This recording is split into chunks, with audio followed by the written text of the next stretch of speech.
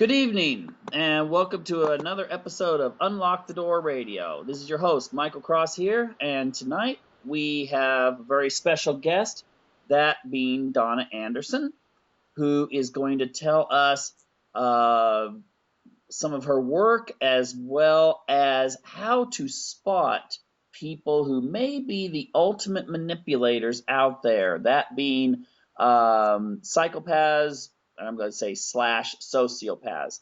Hello, Donna. Hi, Michael. Thank you for having me. Hey, great to have you here. Um, you know, Tonight I'd like to really deal a lot with relationships because if we think about it, about 1 in 30-ish men are considered sociopathic or psychopathic, depending on the definition. About 1 or 2 out of 100 women, but I think that figure's probably higher. But essentially, what inspired you to start your work dealing with these psychopaths and sociopaths? Well, I married one. My ex-husband took $250,000 from me. He cheated with at least 6 different women during our 2.5-year marriage. He had a child with one of those women, and then 10 days after I left him, he married the mother of the child, which turned out to be the second time that he committed bigamy. Now, this behavior made absolutely no sense to me until I figured out that he was a sociopath. And because of that, I researched more about the condition and founded my website, which is called lovefraud.com. And I've written 2 books on the topic. And I have now collected about 5,000 cases of people who have been involved with sociopaths. Mm-hmm. Okay. Well, I'm going to get into this later. I'm kind of really interested in this because, in my book series, Freedom from Conscience series, the protagonist is kind of an anti-hero, a female psychopath, and we'll see if we can see if it connects there. But anyway, I want to mostly concentrate with your work here. Now, just to start, you have written that there's like 10 ways that you can spot someone. And could you just kind of maybe start with number 1? What is the first sign that that person sitting across from you at the dinner table might actually be a psychopath or a sociopath? I'm just going to say psychopath from now on, and dispense with trying to, use both words. Okay, well, the number 1 red flag that I've found through my research, and this included not only my own experience, but speaking to other people who have been involved with disordered persons, is unfortunately something that is really appealing. The number 1 red flag is charisma and charm. Sociopaths tend to have this appealing energy about them. They seem to be very exciting. And they're always smooth talkers. They always know what to say, always know how to make you feel important. And anytime you talk to them, they have an answer for anything. They never miss a beat. So, this is kind of disorienting because somebody who seems to be so charming and exciting and interesting and energetic, you don't want to think that that person might actually be a predator. So this is the kind of person who they seem to be the kind of person that's too good to be true. I hear a lot of women complain that nowadays men just don't know how to communicate. And that's something that most sociopaths do really, really well. They have this golden tongue and this ability to say absolutely the right thing in any particular situation. But the problem is that what they're saying is not authentic. What they've done is they have figured out what you want to hear, and that's exactly what they say. So they're mouthing the words that you want to hear, but there's no substance behind them. Mm-hmm. So it's kind of like being an actor or an actress then, and being able to convey exactly what they want you to hear. How do they gain that skill? If a person really doesn't have empathy, I've heard some people say that how can they possibly know what it is that they should say if they don't have the empathy to understand what you're thinking and what you desire? They study you. I mean, this is what sociopaths are really, really skilled at. They have very good observation skills, and they actually learn what to do on a cognitive level. They actually like watch movies and observe people and see what other people tend to do. I've heard cases of people saying that they could watch the person kind of, looking around the room to see what other people are doing in reaction to any situation so that they can figure out how they're supposed to behave. Mm-hmm. So this must start as young children. It seems to, in my book series, I present the girl. She gets bullied. She doesn't fit in very well, and she kind of starts to study the way people speak and how they react and stuff. So this must be uh, what they do from day one. Then, when they see that they're a little bit different. Yes, that's one way of looking at it, but the key to understanding this disorder is to realize that it is highly genetic. So, what happens is that folks who are born with this disorder, children born with this disorder, actually, in order to not turn out that way, they need to receive very extraordinary parenting. Usually, what happens is that a child is born with this disorder, and because it is inherited, one of their parents, or perhaps both, is usually sociopathic. Sociopaths make terrible parents. So what happens is there's this interplay between nature and nurture in that they're born with the disorder and then they get this terrible parenting, which makes them into the sociopathic person. But this can start at a very, very young age. I've spoken with folks who recognize that their children were disordered as early as 3 and 4 years old. Mm-hmm. Well, how do they act? I mean, how are they different? I don't create a witch hunt for little kids, but how did they act that was really different? The way that it starts, believe it or not, is that the children are fearless. They have absolutely no fear of anything. Normal kids or kids who aren't disordered, they worry when they're not with their parents. They have fears of, monsters in the closet or whatever.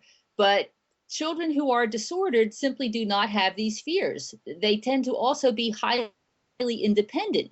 Now, this doesn't sound terrible, but what it means is that they do not have a need for love. They do not have a need for their parents' love or the love of their families. And this is the core of the disorder. It is an inability to love. So the kids, unfortunately, grow up not needing love and therefore not developing the skill to love. Okay, they must form some sort of like attachment situations. The the idea that they need the mom or the dad or so forth, right? Yes, but it's not an emotional attachment. They recognize that they get things from their mothers and fathers. They provide food and clothes and toys and whatever, but there isn't an empathetic connection with their parents. And I mean, I have many, many cases of people who have been involved with sociopaths and had children with them, and then to their horror, realized that the child may inherit this predisposition. So, what someone in this situation needs to do is actually teach the children how to love, because it is not an inborn skill if someone is disordered. Mm-hmm. That's actually interesting. To teach the children a certain amount of empathy and love and so forth. I think that would be good for all kids, not just when people are worried that they might be having a kid that has these traits. The interesting thing is, I was actually talking to someone who she's like a career woman. She's kind of aiming towards career woman type thing, and she was saying that she might just decide to be a single mother someday, go to a sperm bank or whatever. And she kind of said, in all seriousness, that she would actually like it if she had children that were psychopathic, because she said they'd be successful. Have you ever heard people say that? Uh, yes, actually, I have. There are some professionals, professional researchers who have attempted to make that argument. They do recognize that there are many, many psychopathic individuals who are high up in corporations, and this is true, it's been documented. But what also tends to happen is that sooner or later, many of these businesses crash and burn. I don't think anybody should consciously choose to become involved with, or certainly not have children with, someone who has a psychopathic personality disorder. I mean, that's an outrageously ridiculous thing to do. And I'm sorry, but your friend who suggested this really needs to rethink that. Yeah, maybe she's too much into the whole evolutionary psychology thing there. Yeah, like on a personal level, it seems like there'd be a lot of special, what would you call it? I'm not going to say It's a special nightmare. needs, but it would Let be. me tell you, it is a nightmare. The people that I speak with who have children who they realize are disordered are heartbroken. They can't control these kids. The kids can become violent. They lie, they manipulate, they accuse. It is not a pleasant experience at all. This is really a bad, bad situation. Yeah. The by the way, I want you to make a plug for your book there. I'm sorry, I think I kind of skipped over that. Okay, well, I have two actually. My first book is called Love Fraud, and it tells my personal story of being involved with a sociopath. It reads like a cross between a true crime novel and a spiritual journey. And the second book is called Red Flags of Love Fraud, 10 Signs You're Dating a Sociopath. And this is a straight self-help type of work that people can use to figure out whether or not they really are involved with someone who is disordered. Mm-hmm. Okay, and of course, if they just look up your website, Donna Andersen / sociopath, psychopath, they'll find it on the internet as well. The website is called lovefraud.com, and I have now, about 2,500 articles, a couple 100,000 comments. It's really very interesting, and a lot of people have told me that it's the best resource on the internet for folks who may suspect that they are involved with someone who is personality disordered. Mm-hmm. Very good. I encourage people to check it out. Hey, okay, so we got down that the person sitting there, whether man or woman, will say just the right things and be very charming and very charismatic. What's number two on your Number watch list? two, number two is something that I call sudden soulmates. And what that means is when you meet a sociopath, you feel like you've met the person you've been waiting for all your life. You seem to have all the same interests and all the same expectations and precisely the same outlook on life. And there's a reason for this. And the reason is that the sociopath studies you, figures out what it is that you're looking for, and then turns himself or herself into your ideal partner. Mm-hmm. So, give me an example how a woman might do that when she's got the guy there, he's a nice guy and everything, and Well, she likes him. I mean, she obviously is attracted to him for some reason. So, what would she do there at the table or in relationship in general? are you suggesting that the woman is the sociopath? In this case, let's jump back and forth. In this one, let's pretend it's the woman. Number three, we'll go for the man. Make it Okay. fair. Well, what she will do is figure out what the guy is looking for by asking questions. A lot of this is one thing that all sociopaths do. They ask a lot of questions and they listen very, very carefully to the answers. Now, if you're on the receiving end of this, you think that this person is smitten with you. They're just so enthralled with you that they want to know everything about you. But what they're doing is they're gathering ammunition for figuring out how they're going to seduce you and hook you. So, like, if the guy says, oh, I like people who are like really, really feminine. Then, you know, the woman starts acting in a very feminine way and dressing provocatively and things like that. Or if the guy says something like, oh, I like someone who can stand up for herself, well, then the woman will do that. So whatever it is that the guy says that he likes or responds favorably to, that's what the woman will do. Mm-hmm. So mirroring essentially. Yes, in fact, I did a couple of surveys, which is where I got a lot of the information, the data, as far as, what these signs are. And one person actually wrote in her survey response, said, I met my twin. This person was everything. He was just like me. Mm-hmm. Yeah, and then of course things crash there. We'll get to that later. Okay, so we got the sudden soulmate thing there. Number 3, let's say this time it's a guy. What's the next really dangerous thing to look for? Well, the next thing on my list is sexual magnetism. Most sociopaths are highly, highly sexual. A lot of people have told me that being with them physically was like the best sexual experience they ever had. And there's a reason for this. And the reason is that they all have high levels of testosterone, both men and women sociopaths, very high level of testosterone. That's one of the keys of this disorder.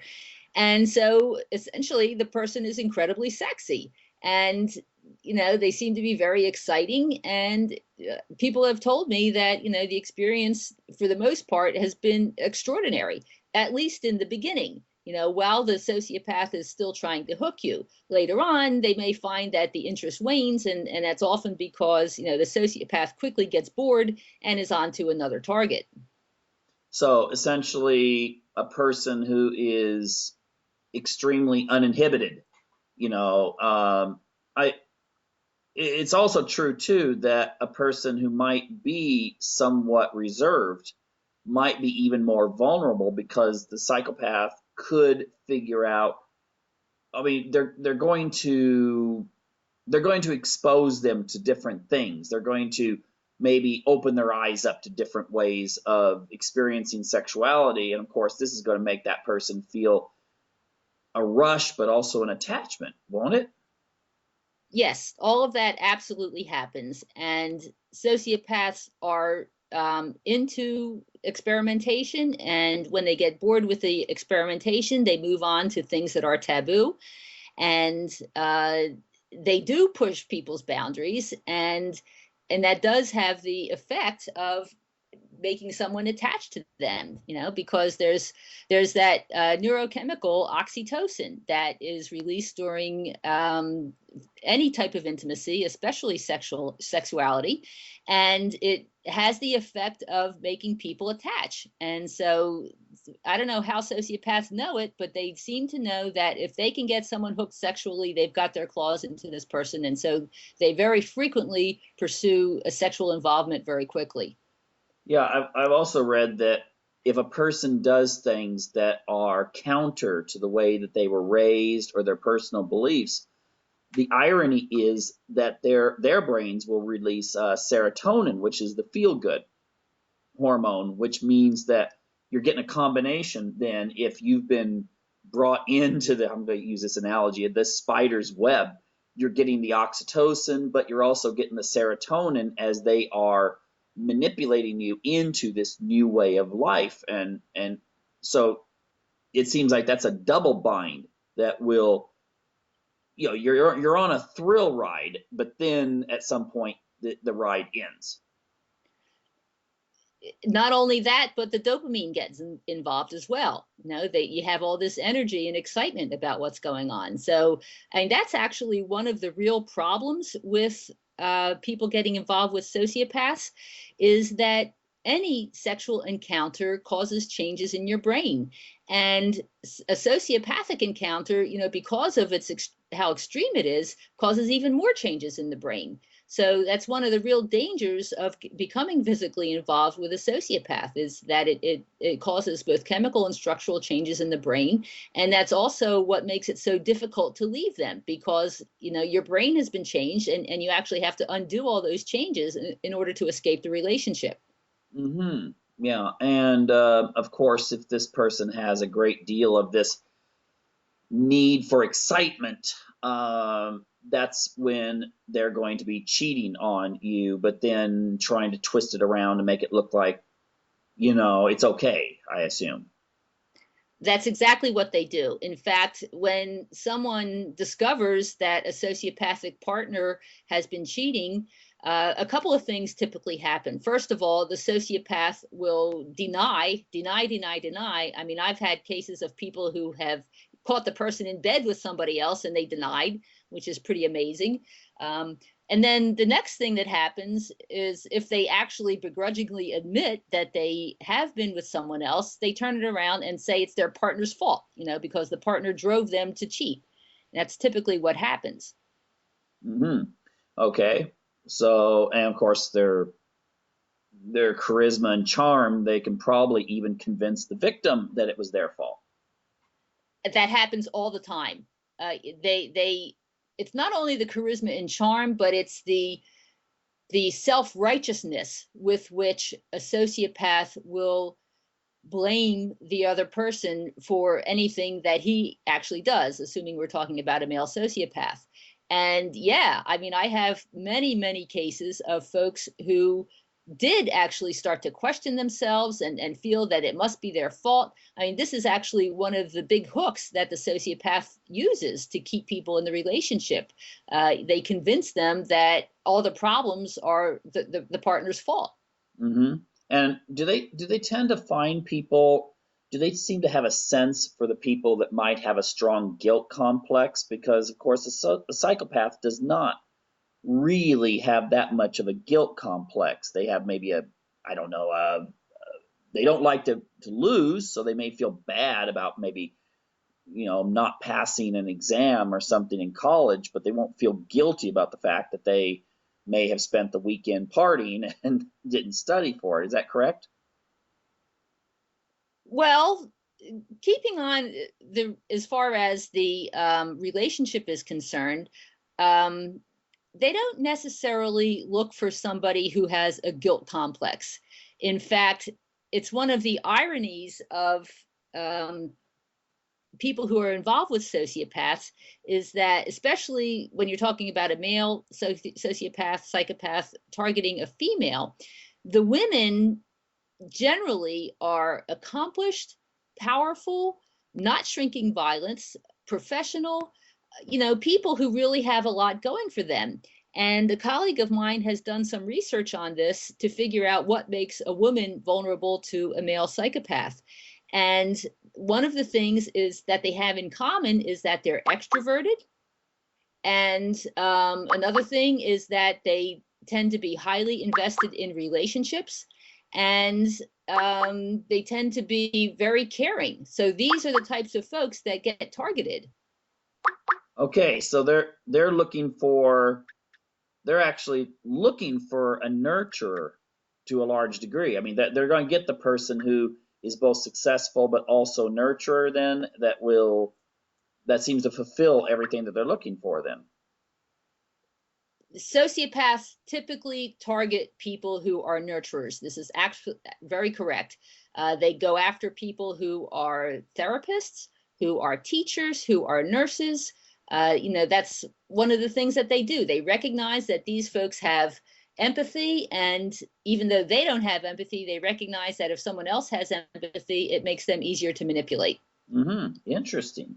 Well, let's move on to number 4 here. What's the fourth sign that you are in the crosshairs of a psychopath? It's something that I call love bombing. And what that means is the sociopath will shower you with attention. They'll tell you how wonderful you are. They'll want to be with you all the time. And one of the things that they'll do is that they will maintain communication constantly. They're always sending texts, always sending emails. And it's a way that they express their adoration. So if you're on the receiving end of this, I mean, you think that this person is just so enamored with you that they can't bear to be away from you, and it's a highly intoxicating feeling. Okay, so you're getting a lot of attention, a lot of communication. Again, I have to just say, I hear from a lot of women in their 20s and 30s who get really frustrated that men today just don't know how to really, like I said, first of all, communicate, but also not really connect. And it seems like you're going to suddenly be getting some guy who actually wants to be connected. It seems to be interested in what you're doing all the time. And that's exactly why it's so seductive, because if a woman has been going or meeting guys who, just simply want to group date, or, don't really want to make an effort to be with a particular person, or don't even know how to ask a person on a date, and all of a sudden this guy sweeps in, and he's showering you with attention and telling you how beautiful you are, and how loving. I mean, you feel like this is the person you've been waiting for all your life, and it is very, very seductive. Mm-hmm. Okay. Yeah. Well, let's move on here. We can go back and reflect a few of those. So, number 5.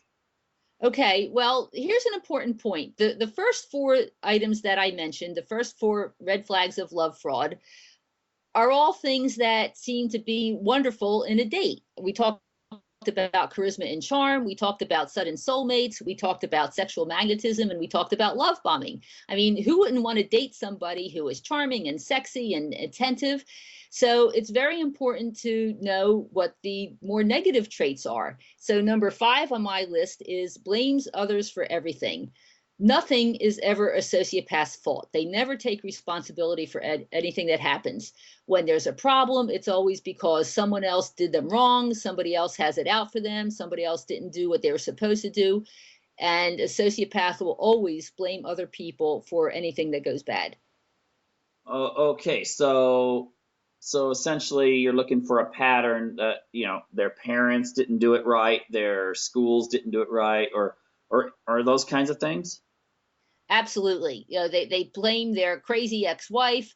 They blame their boss is stupid. Their fathers was abusive. The mother was neglectful. They always have a sob story. Mm-hmm. And do you have any? Well, no, I'll go back there. I'll go back. There was a question that came up there, but anyway. So number 6, after blames others. Okay, number 6 is lies and gaps in the stories.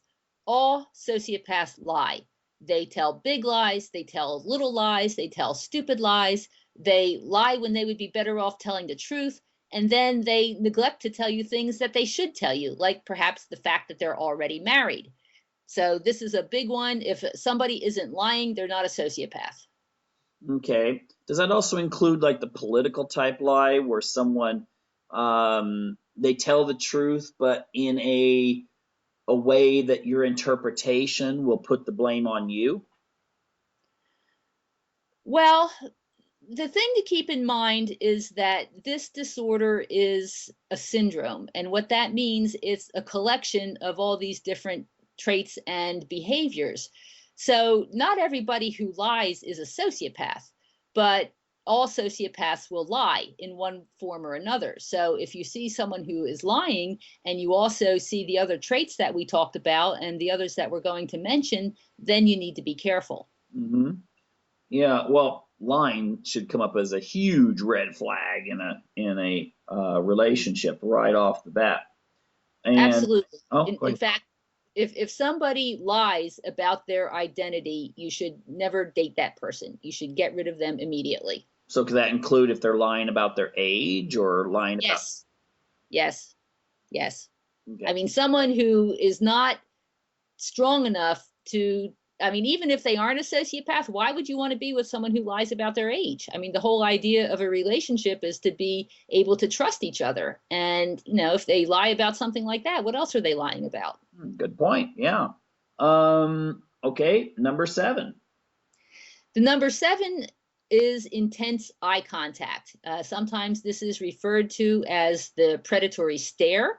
So if you ever get the feeling that somebody is looking at you like the next meal in a figurative sense, you really should pay attention to that. Now, this is an important characteristic because it's the only one that is physical. It's the only thing that may tip you off that from a visual perspective that somebody may be disordered. Mm-hmm. Well, does this mean that all psychopaths have this or just the majority? I think my research put it at somewhere between 60 and 70% of the respondents indicated that they saw this in the person they were involved with. And another aspect of it is that sometimes you look at their eyes and you can see that there's nobody home inside. I refer to it as shark eyes. You know, they're just kind of black and dead.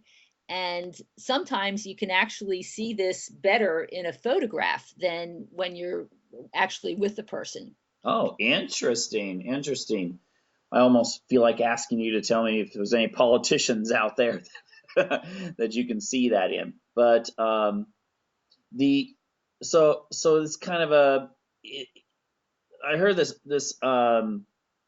well, one actress that was really famous in the 30s. I don't know if she was a psychopath, but they mentioned that she had this kind of glassy stare, and uh, it mentioned that she did not have any. This documentary I was watching mentioned that she was such a good actress because she really, could just be filled in. She could act the part because she didn't really. It was almost like she had no persona of her own. So then when she went out and actually did her part, she just took on the parts really well. That sounds, maybe she was, but that thing about the eyes that reminded me of this documentary. Well, it's possible because sociopaths are typically chameleons. I mean, they don't have anything inside, and they have the capacity of putting on a new personality like the rest of us put on a coat. So it's quite possible that maybe that was the case with her. That almost reminds me. I mean, when I was in college, I knew people that men who would go and they would like join in like with they joined some group that they knew there was lots of women, like an animal rights group or something, and they would say that they had no interest in animal rights, but they knew how to play the part, and of course, you knew where that would take them.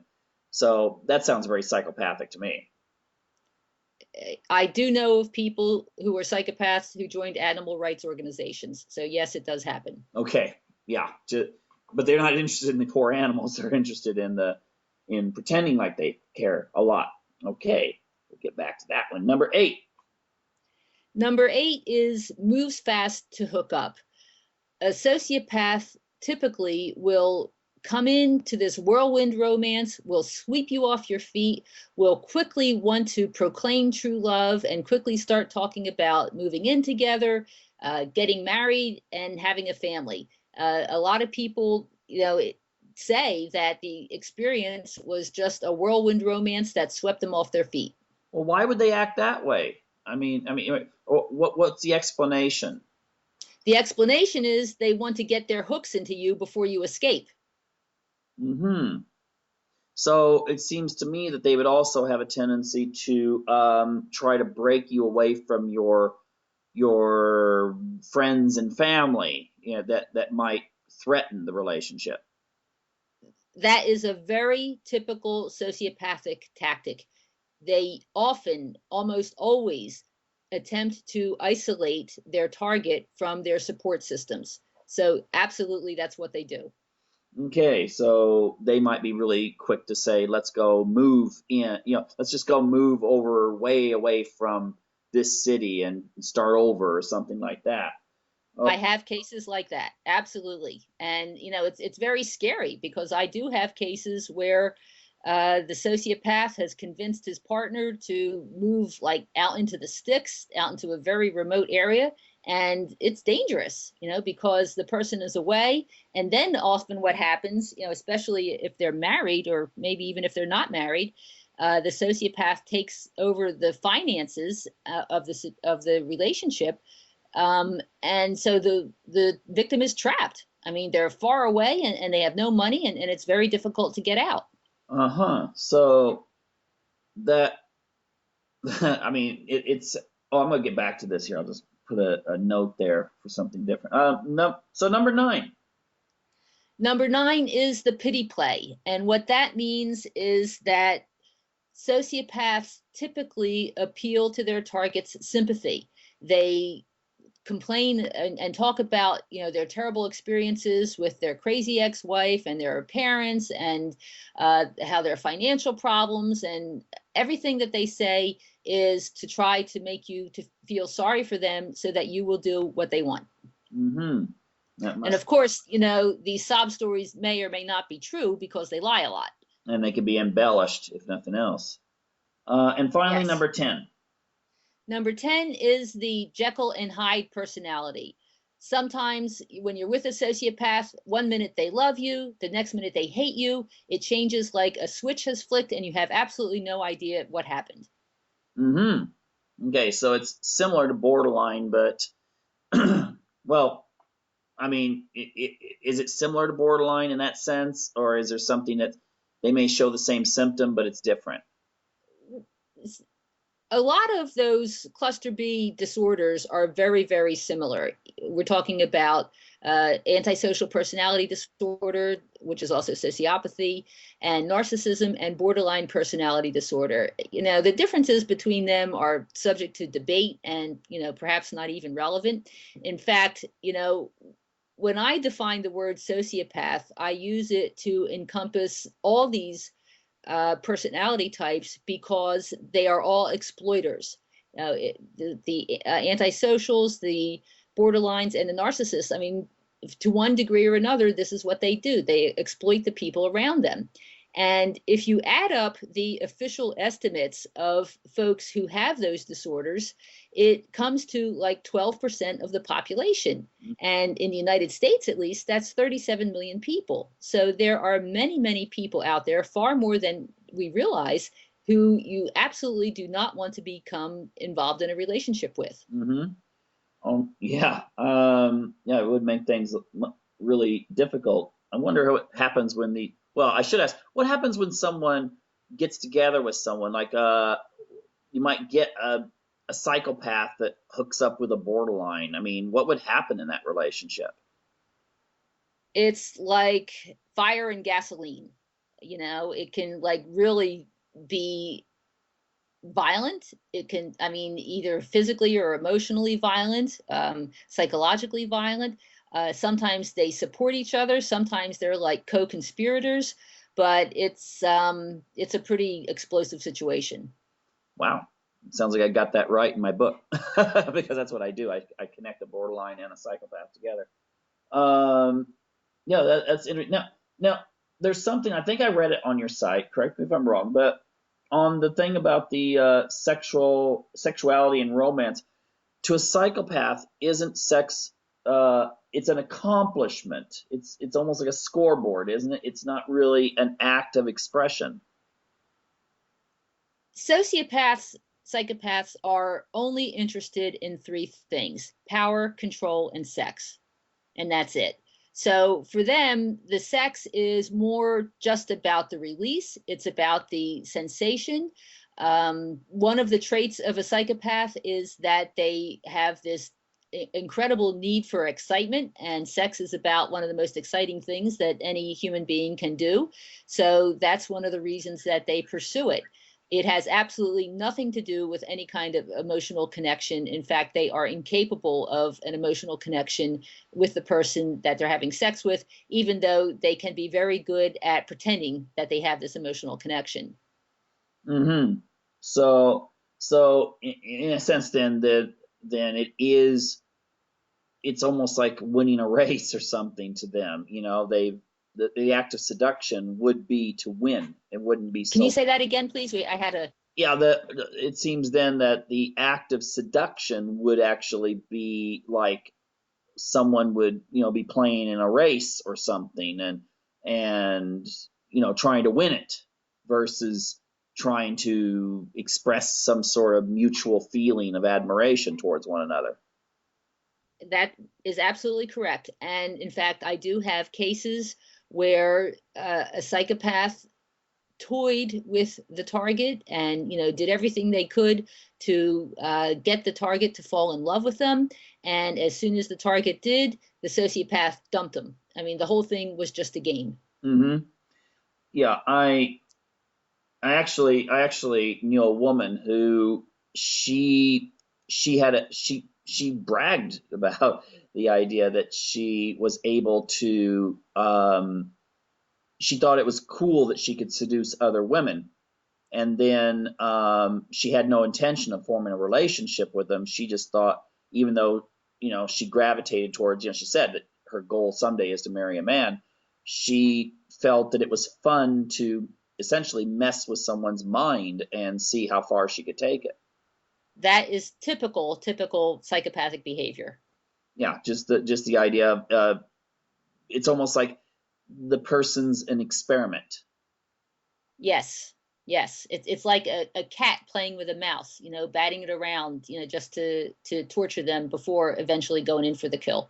Yeah, because she would actually say that that it was interesting how she just totally affected the person's life and may have caused trouble with the parents and stuff like that, and then just kind of said bye bye, and it didn't bother her at all.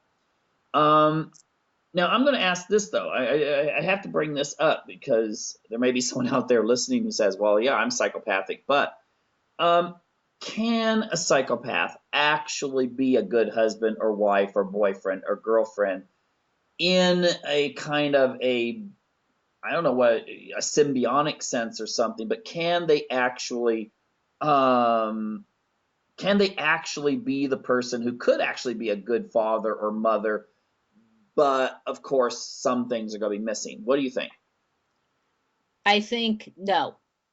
I think anybody who wants to have any kind of fulfilling marriage should not be involved with a psychopath. Remember, the whole point of marriage is to be with someone who loves you, and psychopaths are not capable of love. So, depending on the degree of disorder, at the very least, the relationship will be empty or sterile, and at the very most, it could be highly abusive. So Mm-hmm. it's not going to be good. Nobody should get involved knowingly with a psychopath. Okay, so you don't think there's any room for what one could call dark loyalty, where someone's loyal, but it's on like a business level. I mean, they're Well, who wants that in a marriage? okay. That's that's a good point. That's a good point. I was just wondering if you've actually met people who will defend their husband or wife and say, well, yes, he or she is psychopathic, but they do this for me and this for me and this for me, and we've been married for 15 years. Have you ever gotten that? Usually when people come to love fraud, it's because they are in such pain and so uh, upset about whatever's going on in their relationship that that's not usually what I hear. There are certainly cases of people who essentially are mutually using each other, which I think is what you're describing, but I don't think I would call that a marriage. Okay, yeah, I mean that could actually describe it. Yeah, more the business style approach. Um, this. I'm just curious. Have you ever had two psychopaths that cross paths and wind up together? And is it as explosive as with a borderline and a psychopath, or is it? Well, what happens in those cases where two manipulators wind up with it? Is it like putting two spiders in the same jar? Like kids do. Well, I have had people tell me about that. In fact, I have a woman who is now writing on my website. Her name is Wendy Weber, and she says that both of her parents were psychopaths. And she actually says that her father was extremely violent, but the mother was worse because she was so deceitful and manipulative. Mm. And it was bad. I mean, they beat up on each other, they beat up on the kids. It was a terrible, terrible upbringing. So it's just an awful situation. And, unfortunately, the people who suffer the most are any children from this situation. Yeah, and if they happen to inherit the disorder, then you've got a possibility of a serial killer coming out of that one. It seems to be the trait that runs through all serial killers, have some sort of abusive, neglectful childhood. Well, yes, but not every person who is abused becomes a serial killer. I I, mean, the foundation is that they inherited the genetics from somewhere on their family tree. and then have something bad happen. Sounds like they'd be fantastic cult leaders. They could gain a following pretty easy. Cult leaders are sociopaths on steroids. I Oh, mean, I they are, love that one. Sociopaths on steroids. yes, they absolutely all have these traits. They're charismatic, they're manipulative, and this is what they do. Hmm. Yeah, because I was thinking that there was a documentary about a guy who just wanted to see if he could be a cult leader, and so he pretended to be a guru. But at the beginning, he interviewed some gurus that it seemed like they were just kind of in it for these young women. It seemed that they were in it because there's all these young women who are trying to find nirvana or something, and of course these guys were more than willing to show them in their own ways. So it just struck me that if someone was a cult leader, they could fulfill all of their fantasies, and they'd have no problems. That absolutely is the case. In fact, I just wrote a story for the Daily Mail, which will be going up in a couple of days, precisely on that situation, about this woman, who became a dancer, this Butu Japanese style of dance, and the leader seduced her, and she eventually committed suicide because of what happened. And her family has come to the conclusion that the guy is a cult leader. Mm-hmm. Yeah. You ever watch Walking Dead? I'm afraid I don't. Sorry. Okay, because there's a character called the Governor, and he's just like the perfect political psychopath. But he's kind of a cult follower, a cult following type thing. But tell me, essentially, we've kind of gone over the specifics of how to find out if you may be dating one of these kinds of people. But essentially, tell me the evolution of a relationship. Okay, let's say a woman does wind up with one of these guys. There must be a kind of typical progression of the relationship from like first date to whatever the end of this relationship is. Could you kind of tell us what that would be? Well, in most cases, what happens is there's this whirlwind romance in the beginning, and the woman is swept off her feet. And of course, it could be a guy too, because it works both ways. And the beginning of it is highly exciting, and you feel like you found the person you've been waiting for all your life.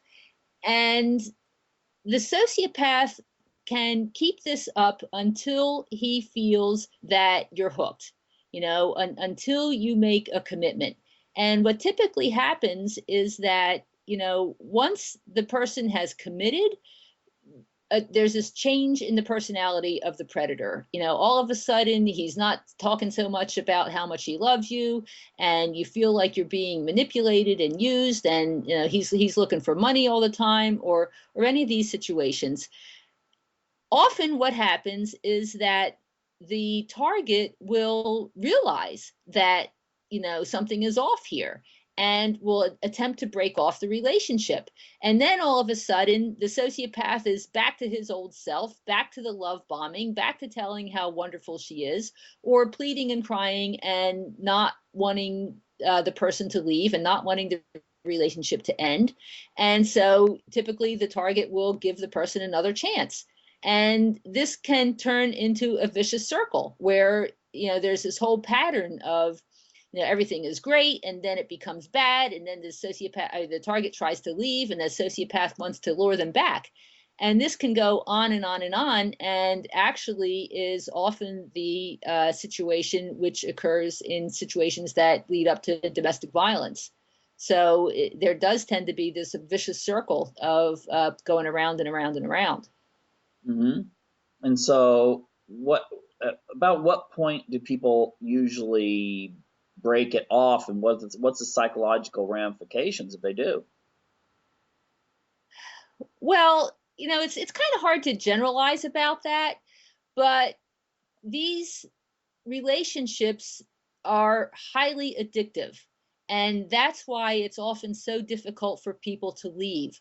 Because of what we talked about before with the oxytocin and the changes in the brain, people end up becoming addicted to the relationship. So, in order to break it off, they need to do two things. First of all, they need to get away and and establish what we call no contact, which means to have no further contact with the individual. And then they have to treat their recovery just like recovering from an addiction. You have to take it one day at a time and try to stay away from the person and eventually get to the point where the person isn't taking up all the space in your brain. Mm-hmm.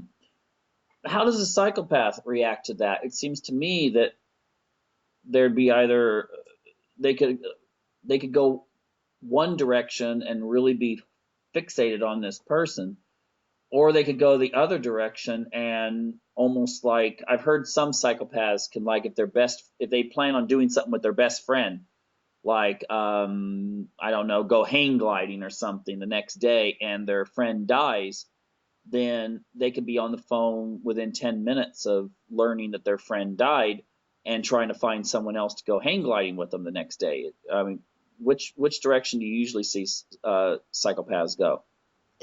They go both of those directions. I mean, in some cases, they become obsessed with their target and pursue them again and try to get them back. In other cases, they just walk away. In fact, that's one of the things that is often so shocking to a target, is that, the relationship is over and the guy is gone and he's got a new girlfriend within 3 days. Mm-hmm. And unless there's children involved, there's probably, it could be like that relationship never existed then, even if it was a marriage. That happens, yes. And the children are kind of irrelevant. I mean, both things happen. Either the guy will pursue the target using the children as pawns in order to do that, or he'll walk away from the whole family. I mean, either of those things could happen. Now, this is more speculative, but, getting back to that original point I brought up about, the whole thing about the gal I know who was talking about she'd really like to have sociopathic kids. Is there, if this is genetic, are we going to see in the future more and more people with this disorder, just because of the fact it seems that maybe a lot of I've seen a lot of relationships where you get a guy who may exhibit these kinds of traits, gets together with a gal, they have a couple of kids, the marriage breaks up, she finds a very nurturing guy later on, and they take care of the kids, and he doesn't have any kids with her, but this other guy has already spread his genes. Can this actually mean that in the future we'll have more of this? There's some interesting research going on in genetics now in the field of epigenetics. And what they found is that genes aren't permanent and genes can be changed through experience. So that actually gives a little bit of hope that because someone inherits the genes for this disorder doesn't necessarily mean that it has to come to fruition. And, this is really important because genetics actually, like changes to genetics can go through several generations. So it may actually be possible that providing the right experiences to a child, it doesn't work real good with adults, but if you work with a child, you can prevent the disorder from developing. And perhaps those changes will actually change the genes themselves so that it puts an end to that particular line of the disorder. Interesting. I could explain why. You ever hear of James Fallon, the researcher? Oh, yes. Mm-hmm. Yeah, he said that even though he found that he had a lot of I guess the markers or physical characteristics, in his background, he did say that he had a very, very, very nurturing, loving family when he was growing up, and that steered him in the right direction. That could be the reason. It absolutely could be. And I mean, that is the hope for parents who realize that their partner is disordered. And I mean, it's not easy to do it all because the children who have this genetic predisposition can be very, very, very challenging. But otherwise, the person could turn into a criminal, or at the very least, this ruthless individual who exploits everyone in their lives. So I think parents can take some hope in the idea that they may possibly be able to make a difference. Mm-hmm. Do you think our society rewards psychopathy? It almost makes it something that some people might want to be, because I mean, who wouldn't want to be charming, get your way all the time, climb the career ladder? It's almost like many of our, I'm not going to name any TV programs right off here, but it seems like a lot of the main characters that are developed, you could sit back and do a psychological profile on, and they'd score very high on the psychopathic level, but yet the audiences love them.